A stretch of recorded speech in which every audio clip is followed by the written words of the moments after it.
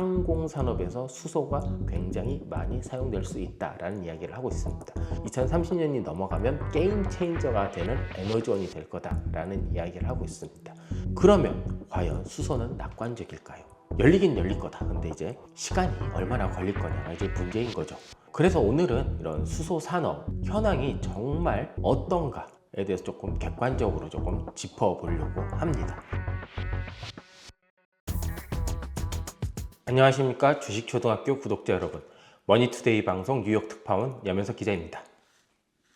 오늘은 저번에 제가 트럼프 2기 때 수소 시대가 열린다라는 주제로 이렇게 한번 말씀을 드렸는데요. 제 개인적인 생각이 좀 많이 들어가 있는 것도 좀 있긴 합니다. 하지만 여기에서 여러 정책 당국자라든지 관련 업계 사람들, 미국에서 만나서 이야기를 듣고 여기서 나온 외신들이나 보고서 같은 거를 보면 아무래도 트럼프 2기 때 정말 수소가 좀 많이 열릴 가능성이 좀 있다라는 생각도 좀 듭니다. 특히 얼마 전에 IRA를 트럼프 대통령이 이제 뭐 폐기하겠다라는 수준의 얘기를 했었었는데, 그러니까 정책 보조금을 주지 않겠다, 이 전기차 부분에 대해서 이런 얘기를 했었는데, 그럼에도 불구하고 일론 머스크가 트럼프 행정부에 이렇게 적극적으로 협조하는 이유는, 저는 개인적으로 생각으로는 전기차보다는 항공 우주 산업에 대한 니즈가 더 크다라고 생각을 합니다. 그리고 우리 항공 우주 산업에서 굉장히 필요한 산업 중에 하나가 또 수소 산업이기도 하고요. 미국이 이런 액화수소나 고체수소 같은 거에 굉장히 좀 발달이 돼 있고 생각보다 인프라가 잘 갖춰져 있는 이유 중 하나도 바로 이렇게 나사에서 우주 산업을 발전시켰을 때 필요한 에너지원으로 이제 수소를 좀 많이 사용을 했기 때문이라고 하는 이야기도 슬슬 들리고 있습니다. 하지만 이렇게 수소 산업이라는 게 워낙 정책에 대해서 휘둘리고 다른 에너지원이 또 나타날 수도 있는 거고요. 또 석유나 가스로 또 완전히 회귀할 수도 있고 여러 가지 변수가 좀 있기 때문에 뭐 정확하게 수소가 엄청나게 몇 년이면 호황을 이룰 것이다, 뭐 이렇게까지 확언해서 말씀을 드리기는 힘듭니다. 하지만 제 개인적인 생각을 조금만 더 보태서 말씀을 드리면 열리긴 열릴 거다. 근데 이제 시간이 얼마나 걸릴 거냐가 이제 문제인 거죠. 그래서 오늘은 이런 수소 산업 현황이 정말 어떤가에 대해서 조금 객관적으로 조금 짚어보려고 합니다. 먼저 현재 많은 보고서 같은 거를 보면요, 청정수소, 그러니까 그린 수소 같은 생산량 같은 경우가 2024년 최대 3배, 여기서 청정수소는 블루수소까지 포함이 되는 거라고 합니다. 2024년 최대 3배, 그리고 2030년까지는 30배 증가할 거다라는 얘기를 합니다. 이것은 정말 인상적인 수치입니다. 하지만 이런 숫자들은 대부분 정부가 어떤 전략을 취하겠다, 그리고 그 전략에 따라서 우리의 생산량은 얼마나 좀 늘리겠다, 이거를 기본으로 한 보고서거든요. 그렇기 때문에 실제 상황과는 조금 거리가 있을 수 있습니다. 실제 제가 예전에 그린수소 같은 경우에 구매자를 찾은 생산자가 많이 없다, 이런 말씀도 좀 드린 적이 있는데, 이 때문에 조금 수소 산업에 살짝 문제가 있긴 합니다. 어떤 문제가 있냐면요, 바로 최종 투자 결정까지 가는 수소 프로젝트가 굉장히 드물다라는 겁니다. 이거에 대한 가장 큰 문제점 중에 하나가요, 바로 수소의 미드스트림이 굉장히 부실하기 때문입니다. 우리가 이런 얘기를 많이 합니다. 업스트림, 미드스트림, 다운스트림, 이런 얘기를 하는데요. 사실 미드스트림이라는 게 하나의 이런 산업을 발전시키기 위해서 굉장히 중요한 부분입니다. 우리가 허리가 중요하다, 뭐 이런 얘기를 많이 하잖아요. 그런 것처럼 미드스트림이라는 게 그 산업이 발전할 수 있게 탄탄하게 이렇게 받치고 있는 그런 딱 중심을 잡아줘야 되는 그런 산업의 분야이기 때문에 이 분야가 굉장히 필요하고요. 사실 돈을 기존에 많이 벌었던 과거의 재벌들을 생각을 하면요, 이 미드스트림을 장악한 곳이 굉장히 많습니다. 일례로 이제 석유나 가스 산업이 발달하면서 이런 미드스트림, 업스트림, 다운스트림이라는 말이 많이 생겼는데요. 석유 산업에서 이런 미드스트림은 성유관, 철도, 바지선, 유조선, 트럭, 그 다음에 이거 액화하는 산업, 이것들을 다 미드스트림이라고 합니다. 그리고 업스트림은 석유나 가스를 직접 개발하는 거고요. 다운스트림은 최종 소비자에게 공급하는 분야입니다. 이렇게 보면 우리가 항상 집중하고 있는 부분은 어떻게 업스트림을 많이 확보를 할 거냐, 어떻게 다운스트림에서 우리가 많은 이득을 취할 수 있는 산업 분야를 가져갈 것인가, 이거에 대한 이야기를 많이 하고 있는데요. 실제로 이 산업을 부흥시키기 위해서는 미드스트림 분야를 확충할 필요가 있습니다. 여기에서 송유관, 그러니까 수소로 말하면 이제 수소 배관이 되겠죠. 그리고 철도, 이거는 액화수소든 고체수소든 이렇게 저장 만들어진 수소를 이제 운반을 해야 되고, 이거 뭐 바지선이라든지 뭐 유조선, 이거 다 수소선이랑 비슷한 얘기고, 트럭도 마찬가지입니다. 그리고 이와 함께 이거를 운반할 수 있는 거, 그리고 이 운반하는 수단도 다 수소가 들어갈 수가 있는 거죠. 이렇기 때문에 우리가 이 미드스트림에 대한 좀 관심을 좀 가져야 되는데, 사실 많은 나라나 우리나라를 비롯한 많은 나라들 전부 다 이런 미드스트림에 대한 집중이 조금 부족한 건 사실입니다. 그래서 지금의 수소 현황을 5 정도로 좀 요약을 한번 해보면, 첫 번째, 공급은 증가하고 있습니다. 이건 굉장히 긍정적인 요소입니다. 전해조 출하량, 그러니까 그린 수소 기준으로 하면 2024년에, 그러니까 올해, 내년 2024년, 2025년에 2023년 대비 2배에서 3배 정도 증가할 거라고 예상되고 있습니다. 그리고 이런 제조된 그린 수소는요, 현재 공급 과잉 상태입니다. 이렇게 되면 만들어진 그린 수소 가격이 싸질 수가 있겠죠. 자, 그리고요, 이런 공급 측면에서는 계속 긍정적인 시그널이 나오고 있습니다. 청정수소, 여기서 청정수소는요, 아까도 말씀드렸다시피 분리수소를 포함된 겁니다. 2030년까지 30배 증가할 것으로 예상을 하고 있습니다. 하지만 이 30배가요, 실제로 채워지는 것은 미지수입니다. 아까도 말씀드렸다시피 2030년 청정수소 30배 증가는 대부분 나라들의 정책 목표를 합산한 결과인데요. 이게 모든 나라들이 정책 목표를 달성할 만큼 빠르게 증가하고 있지는 않습니다.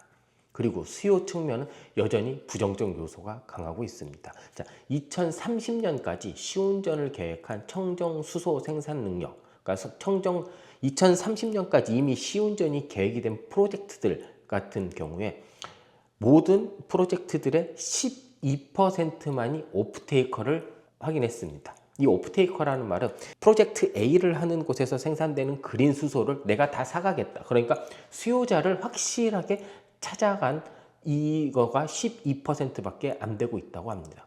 그런데 이거 굉장히 적은 숫자에서 좀 부정적인 뉴스잖아요. 근데 한 가지 긍정적인 건 이 오프테이커 수요를 찾아가는 비중이 조금씩 증가하고 있다는 겁니다. 이제 어찌 됐건 조금씩 이렇게 만들어진 수소, 청정 수소가 조금씩 팔려지는 양이 증가하고 있다는 거, 증가하고 있다라고 합니다. 근데 여기에서 조금 더 한 가지, 그러니까 이게 공급 측면에서는 다 수요 측면은 부정적인 요소가 많습니다. 그 중에서 하나 찾아보자면 계약량이 계속해서 해를 거듭할 때마다 조금씩 증가하고 있다, 요거 하나 정도인데, 여기에서 이 계약된 수량이 조금 아쉬운 게, 이 계약된 수량의 딱 10% 정도만 구속력을 갖는다고 합니다. 그러니까 예를 들어 제가 A 프로젝트에서 생산되는 그린 수소를 내가 다 사갈게 라고 했어요. 근데 여기에서 제가 이런 거를 10개를 A, B, C, D, E, F, G 뭐 이렇게 해서 10개 프로젝트에서 생산된 그린 수소를 제가 다 산다고 계약을 했습니다. 근데 이게 상황에 따라 달라질 수 있어. 근데 상황이 달라져도 내가 무조건 사는 거는 요거 하나만 살 거야. 그러니까 이렇게 약간 아직은 조금 공급이 과잉된 시장이고, 수요 측면에서는 아직 쓸만한 데가 많이 없기 때문에 사실 이런 좀 부정적인 요소가 있습니다. 그럼 왜 쓸만한 데가 많지 않을까요? 바로 제가 말씀드린 이런 미드스트림, 여기 미드스트림 부분이 여전히 부진해 있는 상황이기 때문에, 사실 만들면 뭐합니까? 이걸 가져가는데 힘이 많이 들고 가져가면서 손실률이 많기 때문에 잘 안 가져가는 거란 말이에요. 그렇기 때문에 이 미드스트림을 확실히 잡지 않으면 수소산업이 발전하기 힘듭니다. 하지만 여기서도 긍정적인 요소가 조금씩 생기고 있습니다. 이런 수소를 잘 저장하고 운반할 수 있는 여러 가지 프로젝트들이 유럽과 미국에서 진행이 되고 있습니다. 물론 아직 충분하진 않지만 시작을 했다라는 게 중요한 포인트인 것 같습니다. 그리고 투자 측면에서도 부정적인 요소가 큽니다. 투자가 계획된 것보다 훨씬 적습니다. 그런데 조금씩 여기도 늦어지고 있습니다. 사실 제가 그 2030년까지 이렇게 30배가 늘어날 수 있다는 보고서들이 많이 나오고 있는데, 최종 투자 결정이 되는 거는요, 2030년까지 가동하겠다라고 발표된 생산 능력의 딱 5%만 최종 투자 결정이 되어 있는 상태라고 합니다. 근데 이 5%가요 굉장히 늘어난 겁니다. 작년에는요 3%밖에 되지 않았고요, 2022년에는요 1%밖에 되지 않았습니다. 이게 어찌됐건 계속해서 증가하고 있다는 것도 어쩌면 좀 살아날 수 있다라는 이런 시그널로 보여집니다. 그래서 이거를 블룸버그에서 그 점수를 매긴 게 있습니다. 여기에서 보면 산업이 잘 발전되기 위한 여러 가지 시그널, 정책적인 시그널 같은 사인 포인트 같은 거는 5점 만점에 4점이라고 표시가 되어 있습니다. 하지만 FID 도달률, 최종 투자까지 도달하는 거는 5%밖에 안 되고 실제 수요자를 찾는 건 12%밖에 안 됩니다. 그래서 이거를 이렇게 도표로 만들었더니 25점 만점에 11점이다라는 얘기를 하고 있습니다. 50점이 좀 안 되는데요. 이만큼 지금 수소 산업 현황 자체는 계획했던 것보다 많이 지지부진한 상태이긴 합니다. 여기에서 얼마나 그러면 차이가 좀 나느냐라고 하면 IEA에서 낸 보고서가 있습니다. 이것도 거의 국가 발표를 거의 다 모아놓은 그런 형태입니다. 여기에서 IEA 보고서를 보면요, 2030년까지 수소 프로젝트에서 생산된 수소 양은요 3,800만 톤입니다. 이 3,800만 톤 중에 이 3,800만 톤을 우리가 조금 알기 쉽게 얘기를 하면 한 260기가와트 정도의 전기를 생산할 수 있는 양이 되는 겁니다. 프로젝트 과연 다 될까요? 2030년까지? 많은 전문가들의 예상, 그리고 약간 좀 부정적으로 보는 전문가들은요 10분의 1도 되지 않을 거다라는 이야기를 합니다. 제가 보더라도 2030년까지 이제 5년 남았습니다. 현재 추세를 보면 그럴 것 같습니다. 그리고 이게 그린 수소, 예를 들어 뭐 전해조를 만들든 뭘 만들든 아무튼 뭐 건설하고 운영하고 이런 시간들이 좀 필요하잖아요. 이게 한 몇 년, 한 2, 3년 안에 엄청나게 집중적인 투자가 한꺼번에 들어오지 않으면 이렇게 될 수도 있습니다. 하지만 이거를 맞추기 위해 예를 들어 2027년에 대규모 투자가 들어온다. 대규모 투자가 된다. 그러면 굉장히 지금 생각했던 것보다 10배 이상, 10배 정도 이렇게 산업이 성장하고 투자가 들어오는 거기 때문에 엄청나게 발전을 하긴 하겠죠. 이렇기 때문에 지금 현 시점에서 제가 봤을 때 앞으로 2, 3년, 그러니까 한 2028년까지 얼마나 많은 수소 프로젝트들의 FID가 도달하냐, 이게 굉장히 중요한 포인트가 아닐까 싶습니다. 그러면 우리나라 같은 경우에는 어떻게 해야 될까요? 물론 우리나라가 직접 투자를 해서 여러 가지를 다 잘하면 좋겠죠. 하지만 우리나라가 직접적으로 하는 건 굉장히 힘듭니다. 그러면 그 미드스트림 부분과 다운스트림 분야에서 이거를 꽉 잡고 있어도 됩니다. 우리가 석유 산업 같은 걸 보더라도 뭐 지금 영국과 미국 둘 다 산유국인과 동시에 석유 리딩 국가이기도 한데요. 기술적으로 사실 영국 같은 경우에는 북해유전이 발견되기 전까지는 석유가 거의 나지 않았었잖아요. 그럼에도 불구하고 석유를 리딩할 수 있는 거는 다 기술력이 있었기 때문입니다. 자, 채굴 기술이 있죠, 탐사 기술이 있죠, 그 다음에 정제 기술이 있었죠. 그리고 그거를 사용할 수 있는 여러 선박으로 응용할 수 있는 그 기술들을 전부 다 가지고 있었기 때문에 이게 가능했었던 건데요. 우리나라도 이걸 조금 모델로 세워봐야 되지 않을까 싶습니다. 사실 그린 수소를 만드는데 가장 핵심적인 장치 중에 하나가 바로 전해조입니다. 이 전해조에서 굉장히 중요한 장치가 있는데 바로 AC/DC 전원 공급 장치입니다. 자, 전해조도 어찌됐건 전기를 이용해서 만드는 겁니다. 그럼 그리드에서 들어오는 AC 전력을 가져와서 전해조에서 필요한 DC 전력으로 바꿔줘야 되는데요. 이 장치가 비쌉니다. 그리고 이게 전해조의 규모가 커지면 이 장치도 굉장히 대규모로 바뀌어져야 되기 때문에 이 장치가 굉장히 비쌉니다. 그렇기 때문에 전해조에서 이 AC, DC 이렇게 서로 바꿔주는 이런 전력 변환 장치를 얼마나 잘 만들 수 있느냐가 굉장히 중요한 포인트 중에 하나입니다. 사실 전해조 시스템에서요, 그린 수소를 만드는 비용이 3분의 1이 이 전력 변환 비용입니다. 그러면 이 3분의 1만 줄여도 지금 싼 곳은 한 5불 정도 되는데 3분의 1만 줄여도 한 1.5, 3불 언더로 바로 떨어지는 겁니다. 그렇기 때문에 아마 그린 수소나 이런 전해조 시장이 발전할 것 같으면 이 수소 전용 변압기 이런 거에 대한 관심도 한번 가져보면 좋을 것 같습니다. 그리고 액화 기술이 무엇보다도 필요합니다. 그러니까 액화 수소는요, 선박, 항공기 이런 대규모 운반 시설에서 무조건 필요합니다. 액화를 시켜야 운반하기가 편합니다. 뭐 암모니아도 있고 여러 가지 있지만 궁극적으로 사용하고 이런 거 하고 뭐 항공기에도 날려 보내고 선박에도 사용을 하려면요, 액화 기술이 굉장히 필요합니다. 지금 현재 액화 기술이 가장 뛰어난 곳이 독일 린넷, 그 다음에 프랑스의 에어리키드, 이 정도가 이제 굉장히 유럽에서 굉장히 핫한 액화 수소고요. 미국에도 관련 기업들이 굉장히 많이 있습니다. 그리고 액화 수소보다 한 단계 더 발전한 고체 수소 기술도 굉장히 필요할 것 같습니다. 한 5, 6cm 정도 되는 구 모양의 그런 돌 모양 정도인데 여기에 수소를 가득 채워서 고체화를 시키면 제 주먹보다 작은 여기에 넥소 기준으로 4번인가를 충전시켜서 달릴 수 있다라고 했었거든요. 그 완충을 시킬 수 있다라고 했는데 이게 그러니까 갈수록 에너지는 밀도가 높아야 됩니다. 그렇기 때문에 에너지 밀도를 높일 수 있는 이런 고체 수소 기술도 좀 관심을 좀 가지면 좋을 것 같습니다. 제가 지금까지 여러 가지 이야기를 했는데 그러면 과연 수소는 낙관적일까요? 딜로이트 자료를 한번 보겠습니다. 지난 6월, 올해 6월에 딜로이트에서 자료를 하나 낸 게 있는데요. 제목이 뭐냐면요. 그린 수소 산업은 폭발적인 성장을 준비하고 있다. 준비를 하고 있다라는 겁니다. 2030년에 한 그린 수소 성장이 한 6,400억 달러 정도 됐다라고 합니다. 그게 2050년에요. 1조 4천억 달러로 급증한다라고 합니다.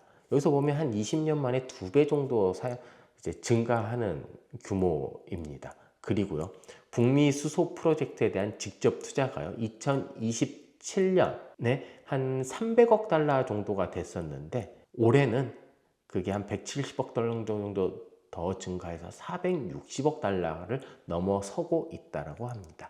그리고 북미 수소 시장 역시 2030년까지 연간 1,400억 달러 이상의 가치를 도달하게 돼서 2030년이 넘어가면 게임 체인저가 되는 에너지원이 될 거다라는 이야기를 하고 있습니다.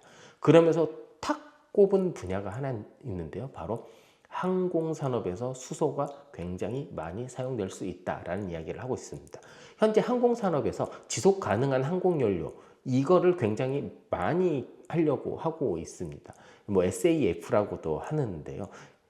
여기에서 탄소를 줄이려고 다양한 바이오매스를 이용하기도 여러 에너지원들을 이용을 하기도 하는데 사실 여기에 수소가 굉장히 잘 사용될 수 있다라는 얘기가 나와 있고요. 영국의 그 BP라는 유명한 그런 석유 관련 회사들이요.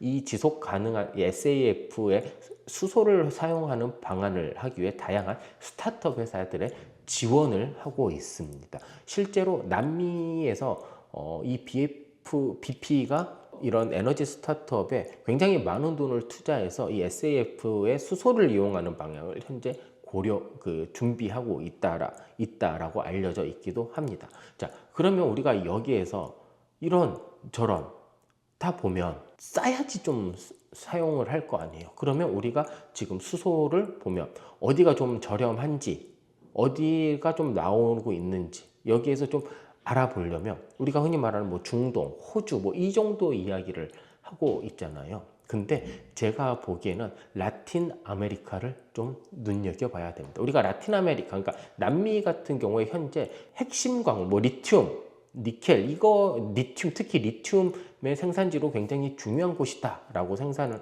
여기고 있는데요. 제 생각에는 리튬도 중요하고 다 중요하긴 한데 이 수소 분야에서도 라틴 아메리카를 굉장히 눈여겨봐야 합니다. 자, 뭐니 해도요, 전 세계 최대 시장은 미국입니다. 그러니까 이게 북미 지역에서 활성화가 되지 않으면 에너지원으로 사실상 뜨기 힘듭니다. 그러면 미국 자체에서 생산하는 것도 필요하겠지만 여기서 수입을 해와야 된단 말이에요. 그러면 운반 비용 짧고 값싼 곳, 전략적인 기지로서 굉장히 중요해질 텐데요. 그게 바로 라틴 아메리카라는 겁니다. 제가 지금 이렇게 지금 지도 하나 보여드리고 있는데요. 그린 수소를 만드는데 돈이 얼마나 드느냐에 대해서 한번 나타낸 지도인데요. 여기서 보면 빨간색이 진할수록 단가가 더 낮아진 겁니다. 우리나라 같은 경우에는요, 칠해져 있지도 않습니다. 얼마나 비싸면. 네, 일본도 저기 홋카이도나 요 밑에 조금 빼면 없습니다. 여기서 보면 인도, 그다음에 호주, 그다음에 뭐 중동, 그다음에 남미 이 지역에 굉장히 이렇게 그린 수소 생산 비용이 저렴한 거를 볼 수가 있습니다. 자, 현재 남미의 수소 생산 가격은요, 킬로그램당 3.7불에서 5.9불 사이가 됩니다. 세계 평균이 3.81달러에서 8.5불입니다. 이 구간보다 훨씬 낮습니다. 그러니까 현재 생산 비용 자체가 더 낮습니다. 왜냐하면 뭐 태양광을 하든 풍력을 하든 이용 필요한 게 정책적 비용이 많이 필요하고 땅값이 많이 필요한데, 사실 호주 같은 경우에는 뭐 풍력 발전을 하든 뭘 하든 그 정책적인 비용이 좀 많이 들어갈 수 있습니다. 그리고 라틴 아메리카 같은 경우에도 버려진 땅들이 많기 때문에 뭐 땅값 걱정 안 해도 되고, 그런 거 보면 재생에너지 가격, 생산 가격 자체가 낮기 때문에 그린 수소 가격이 이렇게 낮아질 수 있는 겁니다. 여기 지도에서 봤듯이 아르헨티나나 칠레 같은 경우에는 굉장히 낮잖아요. 여기에서 2030년 정도가 되면 킬로그램당 1.2불에서 1.5불 정도가 될 수가 있습니다. 그러면 2030년 경우에 대부분 2불, 3불대를 목표로 하고 있는데 그거의 반값 정도밖에 되지 않는 겁니다. 굉장히 효율적인 생산국이 될 수 있는 겁니다. 자, 이 라틴 아메리카 이렇게 보면 굉장히 수소 강국이, 청정 수소 강국이 될 수도 있습니다. 그런데요, 여기에서도 조금 문제도 하나 있습니다. 좀 여러 가지 경제나 정치적으로 불안정하기 때문에 이런 외생 변수가 좀 있는 거죠. 하지만 뭐 여러 투자를 하든 어떻게 되든 이런 라틴 아메리카의 수소 이런 것도 한번 좀 관심 있게 지켜봐 주시면, 수소 산업에 관심이 많으시면 그것도 좀 나쁘지 않는 선택이라고 생각을 합니다. 자, 그리고 또 하나, 미드스트림에서 제가 그 운반이 굉장히 중요하다고 했잖아요. 그렇기 때문에 수소 파이프라인 사업도 잘 볼 필요가 있습니다. 자, 파이프라인 사업하면 우리나라 같은 경우에도 뭐 포스코라든지 현대제철, 세아제가 이런 데들에서 굉장히 수출도 많이 할 수 있는 굉장히 잠재력인 큰 산업 분야입니다. 현재 이 수소 파이프라인 산업 분야를 보면요, 유럽에서는 이미 1600km 정도의 수소 파이프라인이 있습니다. 그리고 현재 오스트리아, 독일, 이탈리아에 걸쳐 3300km의 파이프라인이 현재 구축되고 있습니다. 사우스 H2 회랑이라고 하면서요, 이거는 EU의 그 리파워 EU 있잖아요. 여기에서 뭐 그린 수소 얼마를 하겠다, 여기에 한 40%가 이 파이프라인을 통해서 움직일 가능성이 굉장히 큽니다. 현재 유럽연합 같은 경우에 2030년까지 1000만 톤 수소를 수입을 하고 1000만 톤은 직접 생산하는 것을 목표로 하고 있습니다. 그리고 아까 제가 말씀드렸던 이 사우트 H2O, 아무튼 그 독일에서부터 이렇게 오스트리아에서 독일, 이탈리아에서 나온 이거가 이제 유럽 수소의 백본, 그러니까 그 등뼈라고 해서요. 그 백본 계획의 일부로 되어지는 건데요. 이 백본 계획을 보면 유럽이 2030년까지 11,600km, 2040년까지 4만 km의 수소 파이프라인을 보유하는 겁니다. 현재 아까 그 말씀드렸던 수소 파이프라인은 이렇게 건설이 되고요. 이것들이 다 연결이 되면 이런 지도가 수소 지도가 완성이 되는 겁니다. 이렇게 되면 지금 유럽이 천연가스를 엄청나게 썼었잖아요. 그렇듯이 그린 수소를 계속 쓸 수 있는 겁니다. 그러면 어떻게 될까요? 수입을 해와야 되잖아요. 그럼 어디에서 만들어지고 이거의 끝이 어디냐? 북부 아프리카가 될 수도 있고 중동이 될 수도 있고 여러 곳이 다 될 수도 있습니다. 그리고 LNG처럼요, 보관해서 쓰는 곳도 많이 있고요. 이것만 되더라도 엄청나게 큰 시장이 열리는 거죠. 그러면 아시아 같은 경우는 어떻게 될까요?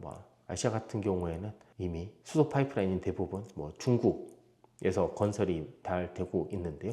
중국 같은 경우에는 자체 내수로 다 해결하잖아요. 그래서 별로 상관은 없을 것 같고요. 하지만 중국이 무서운 게 인도, 중동, 유럽 여기에 다 수소를 공급하는 파이프라인까지 구축하는 것을 계획하고 있다고도 합니다. 북미 같은 경우에도 미국과 캐나다 모두 수소 파이프라인을 주목하고 있는데, 미국은 또 이미 한 1600에서 1800km 정도의 수소 라인을 가지고 있대요. 그리고 이 라인과 별개로 현재 기존 천연가스 파이프라인을 조금 개량해서 수소를 운반하는 방법도 모색을 하고 있다라고 합니다. 이렇게 제가 지금 수소 산업 현황을 한번 좀 말씀을 드렸고, 이거와 관련된 산업 중에 뭐 제가 봤을 때 조금 괜찮아 보이는 산업 몇 개들을 좀 말씀을 드렸는데요. 뭐 앞으로도 여기 제가 미국에서 다양한 취재원들을 만나면서 여러 가지 뭐 수소 이야기, 그리고 뭐 여러 가지 재미있는 산업 이야기, 그 다음에 기업 이야기 많이 들려드리도록 하겠습니다. 지금까지 시청해주신 여러분 정말 감사합니다.